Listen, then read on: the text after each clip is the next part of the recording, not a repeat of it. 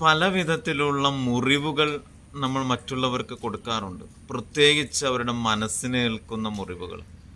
നമ്മുടെ വാക്ക്, നമ്മുടെ പ്രവൃത്തി, കൂടുതലും നമ്മുടെ വാക്കുകൊണ്ട് നമ്മൾ മറ്റുള്ളവരെ മുറിവേൽപ്പിക്കാറുണ്ട്. അവരുടെ മനസ്സിന് മുറിവ് കൊടുക്കാറുണ്ട്.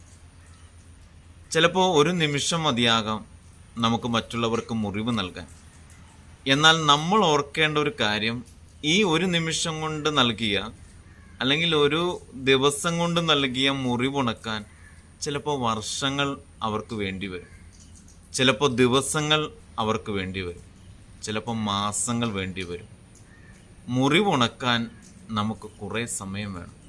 അതുകൊണ്ട് കഴിയുന്നതും നമ്മുടെ വാക്കും പ്രവൃത്തിയും മറ്റുള്ളവർക്ക് മുറിവ് കൊടുക്കാതെ, പ്രത്യേകിച്ച് മനസ്സിന് മുറിവ് കൊടുക്കാതെ നോക്കുക.